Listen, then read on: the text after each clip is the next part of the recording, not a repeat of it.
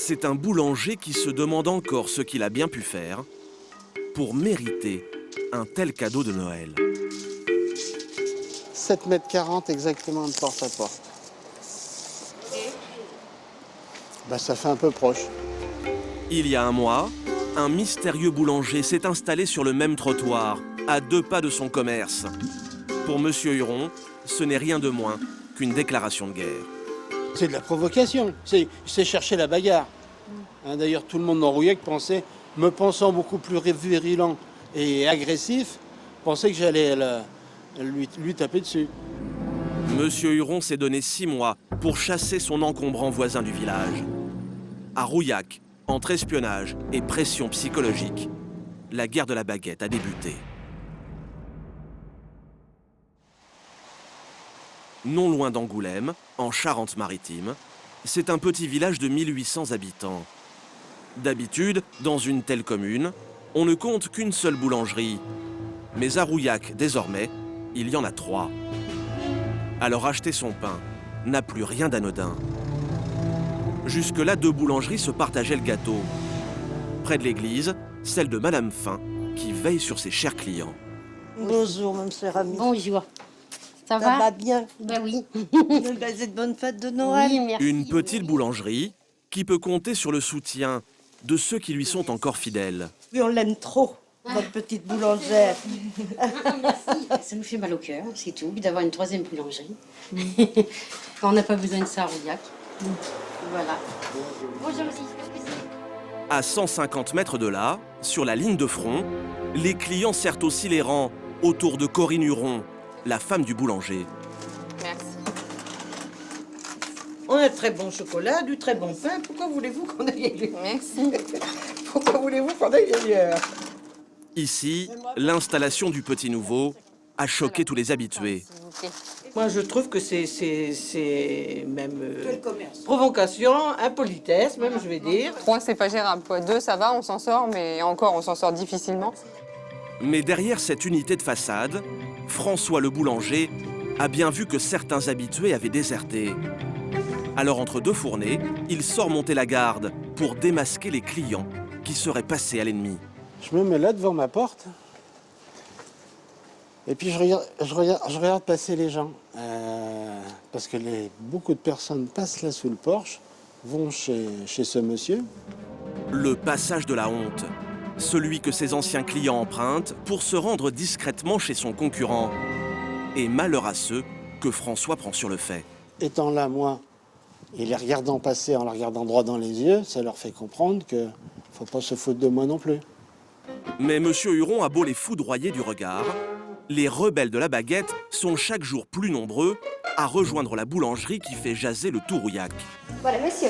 Une baguette tradition. Des clients séduits par un petit goût de nouveauté. Vous allez où, vous, monsieur? À 80, s'il vous plaît. Et vous n'y allez plus maintenant? Ben non, c'est meilleur ici. Ah oui? De loin. Dans la boutique flotte le doux parfum des pâtisseries, mais aussi celui de la revanche. Ils l'ont pas volé, hein?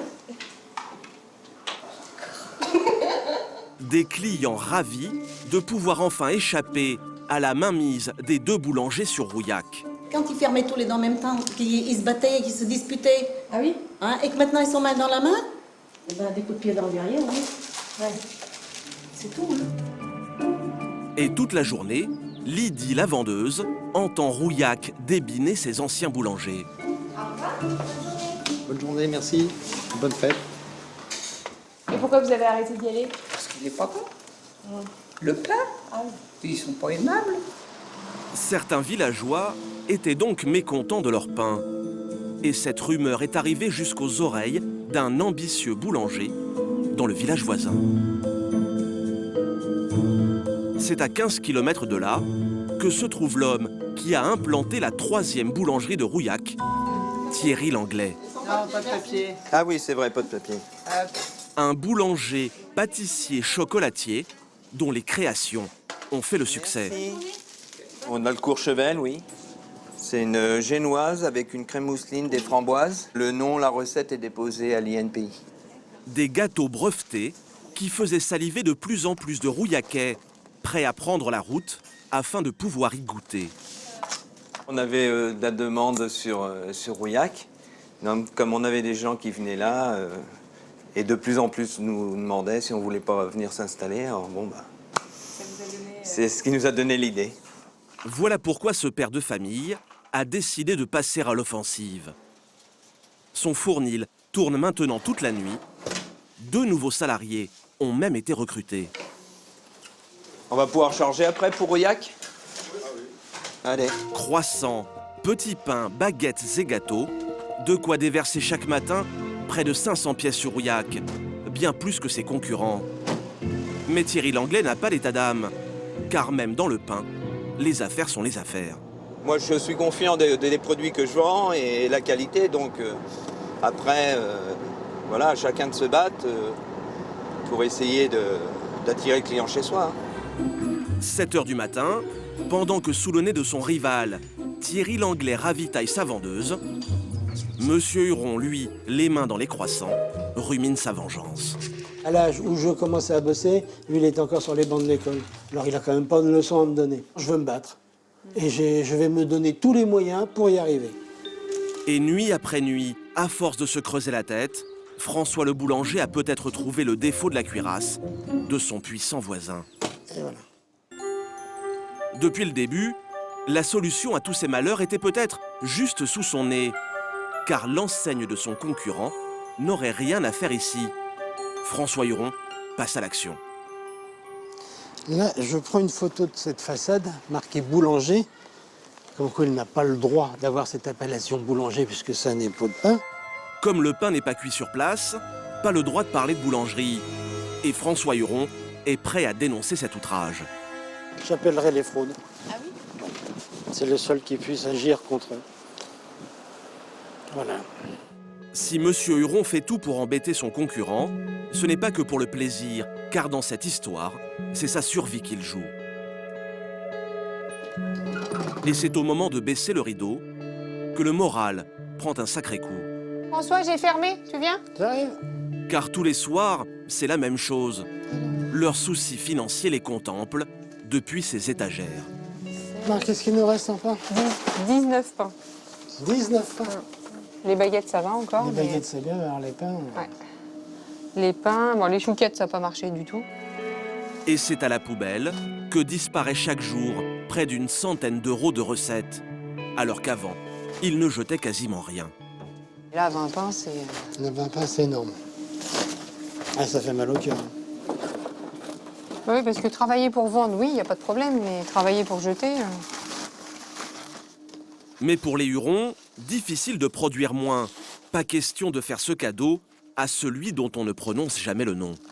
Puis je ne vais pas trop diminuer non plus, parce que trop diminuer... Si on manque de pain, les Si clients... si je manque de pain, c'est envoyer le client chez le voisin. Et c'est une chose que je ne veux pas faire. Alors je préfère avoir un petit peu de... Mais là, ça fait beaucoup.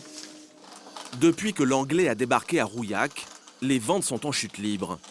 Et sous le regard du grand-père, lui-même boulanger, François Huron mange son pain noir. Je dors plus, enfin bon, c'est quand même quelque chose qui vous prend aux tripes.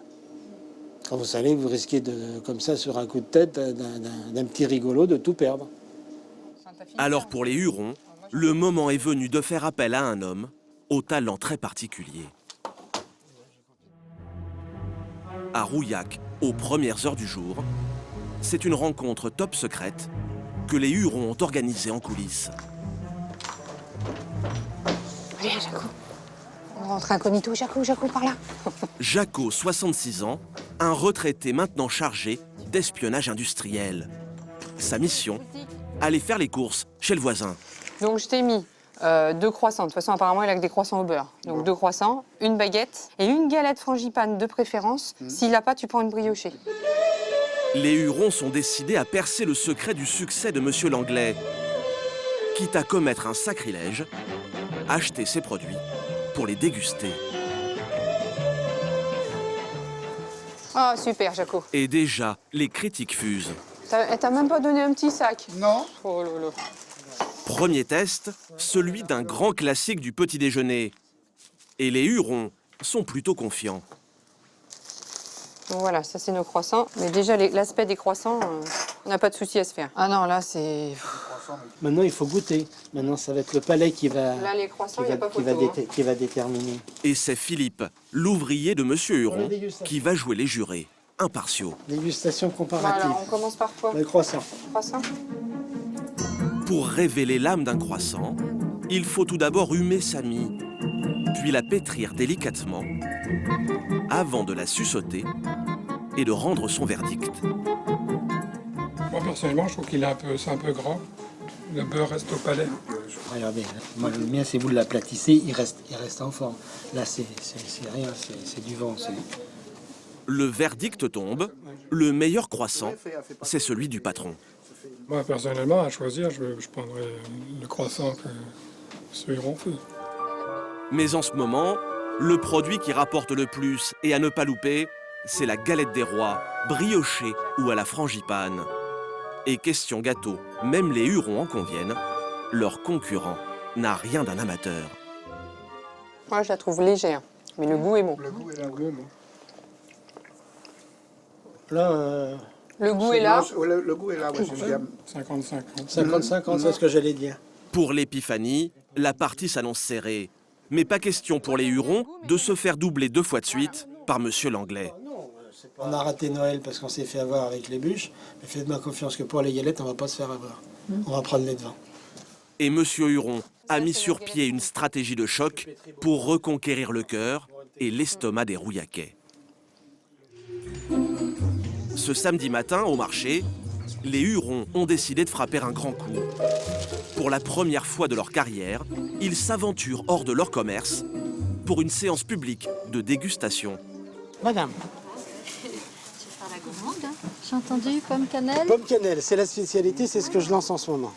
Une toute nouvelle recette de galettes qui semble trouver son public. C'est léger, c'est bon. Non, c'est bon. Ouais, très bien, merci. Avec son plateau, François tente de rallier les suffrages des indécis de la baguette. Eh bien, je viens chez ce monsieur, je viens aussi, je ne me cache pas, oui. À la guerre comme à la guerre, Monsieur Huron n'hésite même pas à dénigrer son cher voisin.